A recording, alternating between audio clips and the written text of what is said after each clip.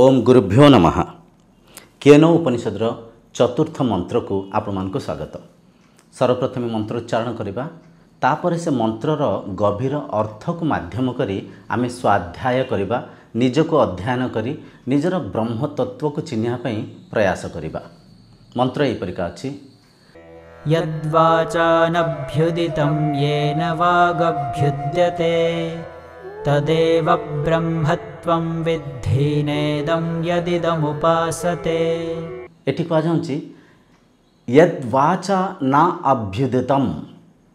यद माने तांको, वाचा माने वाक्य, ना अभ्युदितम वर्णना करि परिबनी। एन वाक् अभ्युद्यते, एना जहाँक माध्यम रे वाक् माने तुंड बाणी को उच्चारण करि पारुछि। तदेव ब्रह्मत्वं विद्धि, तांकु तमे ब्रह्म मान। नेदम एदितम उपास्यते, ना कि तमे जहाँ को उपासना करुच, जहाँ को पूजुच, जहाँ को मानिच, जहाँ को भजिच, सी ब्रह्म नुहंती। बहुत गभीर कथा आज्ञा, बहुत गभीर कथा। बहुत शांत मन रे विवेक हिंग्रे सब कथा को बुझंतु। इठी कहा जाउछि ये बाणी जहाँ को वर्णना करुछि सी हला भौतिक वस्तु पदार्थ। ये बाणी से ब्रह्मंकर वर्णना करि परिबनी। काहेकि करि परिबनी? ये बाणी तांको द्वारा परिचालना होछि। ब्रह्मंक द्वारा शरीर, इंद्रिय, मन मध्य परिचालना होछि। ये मन से ब्रह्मंक माध्यम रे चिंता चिंतन करुछि। से चिंताधारा को से ब्रह्म शक्तिर आधार रे ये तुंड बाणी माध्यम रे उच्चारण करुछि। तो जहाँक माध्यम रे ये तुंड बाणी को उच्चारण करुछि, ये बाणी माध्यम रे आमे तांकर वर्णना केमति करि परिबा? असंभव। ये तुंड को बाणी उच्चारण करिबारे जो शक्ति संचारित होसंती, जो शक्ति सहायक होसंती, तदेव ब्रह्मत्वं विद्धि माने तांकु तमे ब्रह्म मान। नेदम एदितम उपास्यते, तमे जहाँ उपासना करुच तांको ब्रह्म मानंतुनी, सी ब्रह्म नुहंती। कहबार तात्पर्य आमे जेतिक भी दियं को गढ़ीचे, ईश्वरंकर आकार आकृति प्रतिछवि को ईश्वर मानिक उपासना करचे, से सब हेले माध्यम। तांको माध्यम रे आमे मन को स्थिर करिया पई, मन को एकाग्र करिया पई, चित्त को शुद्धि करिया पई अंतर्यात्रा करिकरी अंतर्मुखी हेकरी से निजर ब्रह्मसत्ता संगे निजको समाहित करिया पई प्राथमिक पूजा हैला भौतिक उपासना, मूर्ति पूजा, फोटो पूजा। बुझी पारथिबे आपण मु कोन कहया पई चाहूची। आमे अनेक दूर दूरांतरु तीर्थ यात्रा करिया पई जाउचे, मठ मंदिर को जाउचे।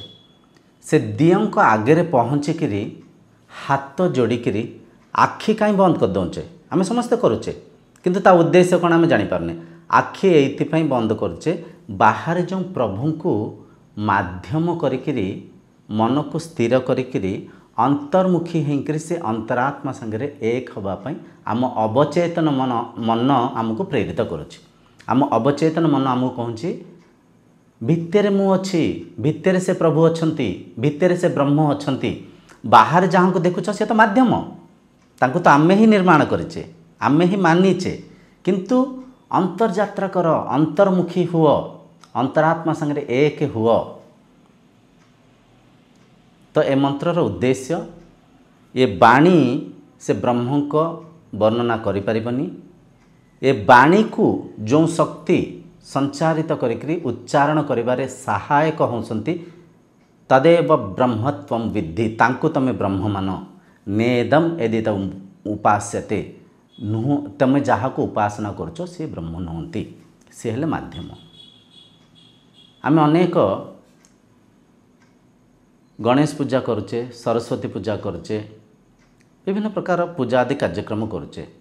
से पूजा को जदि गभीर भाव आम ऑब्जर्व करवा, तर्जमा करवा, सेठी बहुत कथा हमको बुझापी मिल। गोटे विग्रह को आम निजे गढ़ुचे, किछि दिन उपासना करुचे, तापर से विग्रह को आम विसर्जन कर दौचे। विसर्जन कहीं करुचे? सी अनात्मा, सी अनित्य पदार्थ। से नित्य पदार्थ नुहे। नित्य पदार्थ सीए जी देश काल वस्तुर ऊर्ध्वे अछंती, जी शरीर इंद्रिय मन को एक वस्तु रूप में विनियोग करसंती, जे सत्य, जे नित्य, जे अपरिवर्तनीय शक्ति, जहाँक भितरे ए संपूर्ण संसार रूपक परिवर्तनशील ये लीला चली। तो इंद्रियंकर भोग्य वस्तु भी परिवर्तन होची, मनर विचार, मनर परिकल्पना, मनर चिंता चिंतन मध्य परिवर्तन होची, किंतु मनर साक्षी भावरे, इंद्रियंकर स्वामी भावरे, इंद्रिय मनर ऊर्ध्वरे जो ब्रह्म अछंती तांकु ब्रह्म मान, तांकु चिन्ह हे भक्त तांकु चिन्ह। इटी गुरु शिष्य को चिन्ह होसंती। शिष्य प्रश्न पचारथिले ब्रह्म किए, तो तांकु इठी इशारा माध्यम रे गुरु बुझाउसंती। काहेकि ना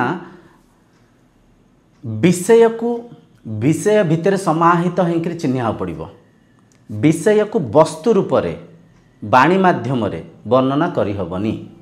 ब्रह्मक स्तर रे जे गुरु से शिष्य, ब्रह्मक स्तर रे जे मु से आपण, आमे समस्त एक। से शक्ति स्तर रे आमे समस्त एक। सी हेले विषय, सी वस्तु नुहंती। आपण जहाँ भी वर्णना करिवे, जहाँ भी इंद्रिय माध्यम रे ग्रहण करिवे, सुनिबे, देखिबे, स्पर्श करिवे, पढ़िबे, उच्चारण करिवे, जहाँ भी चिंता चिंतन माध्यम रे कल्पना करिवे, ये सब हैला अनात्मा, ये सब हैला अनित्य। ये सबुर ऊर्ध्वरे जो सत्ता अछंती, जो शक्ति अछंती, सी ब्रह्म। तो ये कहबार तात्पर्य एकाग्र चित्तरे बसिकरी स्वाध्याय करंतु, देखंतु ये तुंड केमती बाणी को उच्चारण करुछि, मन भितर केमती चिंता चिंतन आसुछि, से चिंता को किए देखुसंती, से मनरे विचार आसबारे किए प्रेरित करुसंती, ये तुंड बाणी को केमती उच्चारण करुछि। जेतोळे आपण स्वाध्याय करिवे एकाग्र चित्तरे निजर इंद्रियों को संयमित रखी, मन को नियंत्रित रखी, मनर ऊर्ध्व को जाकरी से ब्रह्म सत्ता संगे समाहित हेबे, तेबे जाकरी निज को निजे चिन्हि पारिबे से ब्रह्म आपण निजे ही। से ब्रह्म स्तर रे आपणक जगह आपण, मो जगह मु। आमे बहुत कथा आज्ञा कहूचे किंतु तार गभीर अर्थ को धरि पारने। तुंड बाणी को उच्चारण करुछि, किए कहूची? मु कहूची। मु जद्य कहूची तुंड माध्यम रे कहूची, तुंड माध्यम रे कहूची। केमती कहूची? मनरे जहाँ विचार आसुची से याक मु वाक्य माध्यम रे, शब्द माध्यम रे, बाणी माध्यम रे उच्चारण करुची। तो चिंता केमती आसुची? मनरे जहाँ भी अनुभवर स्मृतिर संग्रह मु संग्रहित करके रखिची, से चिंताधार को ही बाणी माध्यम रे उच्चारण करुची। चिंता किए करुची? मु करुची। किए भाबुची? मु भाबुची। कोठी भाबुची? मनरे भाबुची। मनरे भाबुची, बाणी माध्यम रे उच्चारण करुची, किंतु मु बाणीर ऊर्ध्वरे अछि, मनर ऊर्ध्वरे अछि। मु ए संसारर पंचभूतर ऊर्ध्वरे अछि। मु नित्य पदार्थ, मु सत्य पदार्थ, मु अजर, मु अमर, मु अविनाशी आत्मा। बुझिपारसंती? तो निजर आत्मतत्व को जिते चिन्हि देबे, निजर सत्सत्ता को जिते बुझीदेवे, मन तृप्त हो, जीवन धन्य हो। तो ए मंत्रर तात्पर्य ए मंत्र माध्यम आमे एहा शिखिया, आमे जहाँ भी कथा प्रवचन, आमे जहाँ भी शास्त्र माध्यम मंत्र माध्यम जणे जन को ईश्वरंकर व्याख्या करुचे, ये बाणी तांको व्याख्या करि परिबनी। ये बाणी तांको बुझिबारे साहाय्य हे परिबो। गुरु शिष्य को बुझाउसंती, गुरु शिष्य को दर्शेया पई, चिन्हया पई चेष्टा करसंती। ये बाणी जहाँ को उच्चारण करुची, ये बाणी तांको उच्चारण करि परिबनी। ये बाणी उच्चारण करिबारे जे साहाय्य होसंती सी ब्रह्म। गुरु पॉइंट अप करके देखौसंती, गुरु इंडिकेट करसंती। गुरु से ब्रह्म तत्व को शिष्य को बुझेया पाई के, दर्शेया पाई के चेष्टा प्रचेष्टा करसंती। किंतु शिष्य ही विवेकी हिंकरी से तत्व को चिन्ह प्रयास कले शिष्य धरीपारे, शिष्य चिन्ह पारे, शिष्य ब्रह्मानुभूति करें, मुक्त ही पारे, तृप्त ही पारे। तो विषय को विषय रूप से प्रथमानुभूति रूप से विषय सांगे समाहित होकर निजको निजे ही चिन्ह को पड़ो। निजको निजठू भिन्न आम चिन्ह पारानी। तो ये गुरु से या कर शिष्य को से ब्रह्म तत्व को से सत्सत्ता को चिन्हवाई प्रयास कर। आज सत्संग को यही रखा। तो निजको निजे चिन्हवाई स्वाध्याय करंतु, धारणा ध्यान समाधि हिंकरी मनर जागृत स्वप्न सुसुप्तिर ऊर्ध्वर जो तुरीय अवस्था अच्छी से स्थिति को जीवाई चेष्टा करंतु। विधिवत शास्त्रवत साधना करंतु। आज जो उपासना दौड़ी दौड़ी का जीवा मंदिर में नड़िया बाड़ी दियों को दर्शन करें भावुचे ठाकुरों उपर आम दया कले, सेमिति करंतुनी। शांत होकरी मंदिर है पराविद्यार विद्यालय, सेठी एकाग्र चित्तरे बसंतु। शास्त्री माध्यम शास्त्र माध्यम निजको अध्ययन करंतु, अंतर्यात्रा करंतु, निजर सत्सत्ता को चिन्हवाई साधना मार्ग को आचरण करंतु। निष्काम भक्ति रे ईश्वर उपासना करंतु।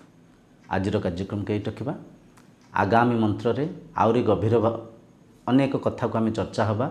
निजर ब्रह्मतत्व को चिन्हवाई चेष्टा प्रचेष्टा करवा। ओम शांतिर्भवतु।